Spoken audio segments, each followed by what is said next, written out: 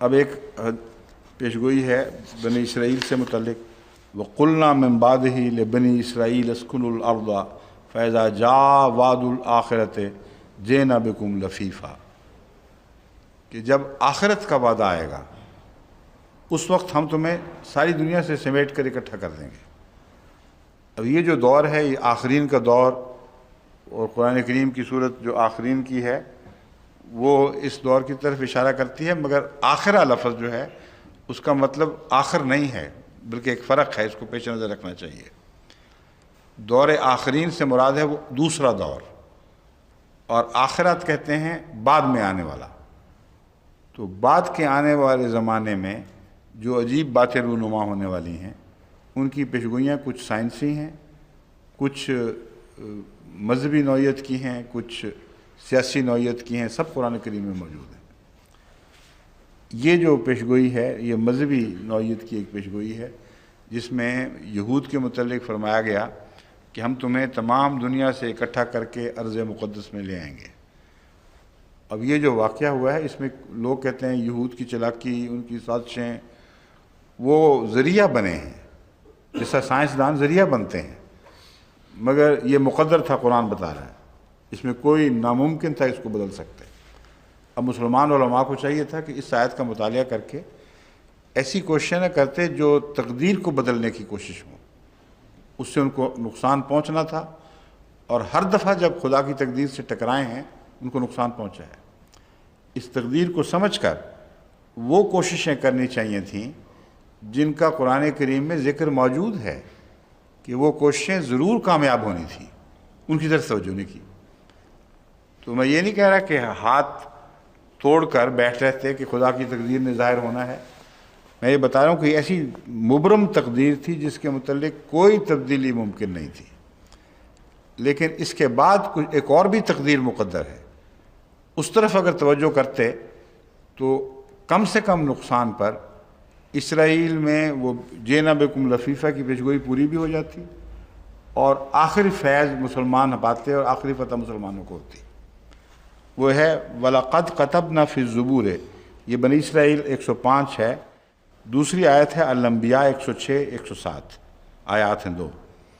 وَلَقَدْ كَتَبْنَا فِي الزُّبُورِ مِن بَعْدِ الذِّكْرِ أَنَّ الْأَرْضَ يَرِثُهَا عِبَادِيَ الصَّالِحُونَ إِنَّ فِي هَذَا لَبَلَاغًا لِقَوْمٍ عَابِدِينَ۔ کتنا کھول کر خدا تعالیٰ نے یہ پیغام سمجھایا تھا کہ اب اگر تم اس زمین پر قبضہ کرنا چاہتے ہو تو عباد الصالحین بننا پڑے گا، خدا کے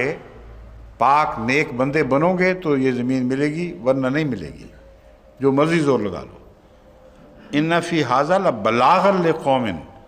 عابدین، اس میں ایک بہت بڑا پیغام ہے۔ وہ خدا کے بندے جو محمد رسول اللہ کی امت میں ہیں، عابدین کہلاتے ہیں،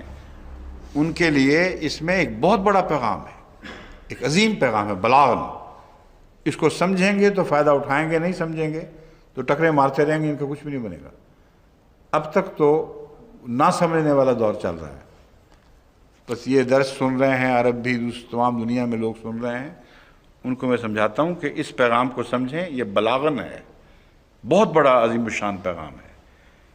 اس کے تابع اپنی روزمرہ کی زندگی کو صالح بنائیں، اور یہ صالح بنانے کا جو مضمون ہے اس کا حکومت کے تختے الٹنے سے کوئی تعلق نہیں ہے۔ حکومت کے اسلام کے نام پر تختے الٹنے کی کوششیں جو ہیں یہ اسلام کو یا اسلامی دنیا کو مزید کمزور کریں گی۔ کبھی بھی اس کا فائدہ نہ ماضی میں ہوا ہے نہ آئندہ ہوگا، اس لیے یہ ظلم نہ کریں اپنی جان پر۔ ایک خودکشی کے بعد یہ دوسری خودکشی ہو رہی ہے۔ پہلے خدا کی تقدیر سے غلط طریق پر ٹکرانے کی کوشش کی گئی، اور اس سے نقصان ہوا، جتنا تھوڑا ملنا تھا اس کو بڑھا دیا گیا بہت۔ وہ اسرائیل جو اسرائیلیوں کی کوششوں سے ملنا تھا ان کو، وہ تو چھوٹا سا خطہ تھا۔ جو اسرائیل ان کو مسلمانوں کی ناسمجھی کے نتیجے میں، ان کی لیڈرشپ کی غلطیوں کے نتیجے میں ملا ہے، وہ اس سے کئی گنا زیادہ ہے۔ کیوں جی آفتاب خان صاحب، کتنے گنا زیادہ ہے وہ؟ میں نے گلف کرائسس میں حساب کر کے بتایا تھا، 20-25 گنا بن جاتا ہے، بہت زیادہ ہے اس سے جو اصل تھا، بالکل چھوٹا سا تھا۔ تو یہ آیت جو ہے یہ زیر نظر نہیں الانبیاء کی 106 107 اللہ تعالیٰ فرماتا ہے کہ تمہیں مل سکتا ہے، مگر ہم نے زبور میں داؤد کو، جس کے نام پر صہیونی تحریک چلی ہے، زائن ہل کا حضرت داؤد سے تعلق ہے، تو زائنسٹ موومنٹ نے جو اسرائیل لے لیا تھا، اگر تم چاہتے ہو کہ اسے حاصل کرو تو زبور پڑھ کے دیکھ لو، وہاں ہم نے یہ کہا تھا کہ بالآخر یہ زمین میرے عبادت گزار نیک بندوں کو ملے گی، عبادی الصالحون، اور اس پیغام کو بھول گئے، حالانکہ تنبیہ بھی تھی ان فی ھذا لبلاغا لقوم عابدین۔ تو قرآن کریم ہر موضوع پر پیشگوئیاں ایسی واضح فرماتا ہے جو کھیل تماشے نہیں ہیں، جو جادوگری سے کوئی تعلق نہیں رکھتی، لیکن ایسا جادو ہے جیسا دنیا میں کبھی دکھایا نہیں گیا، یعنی وہ کھل کے پورے افق کو گھیر لیتا ہے، اور اس میں ذہنی تاثرات وغیرہ کی کوئی بحث نہیں رہتی۔ جیسا سورج چڑھتا ہے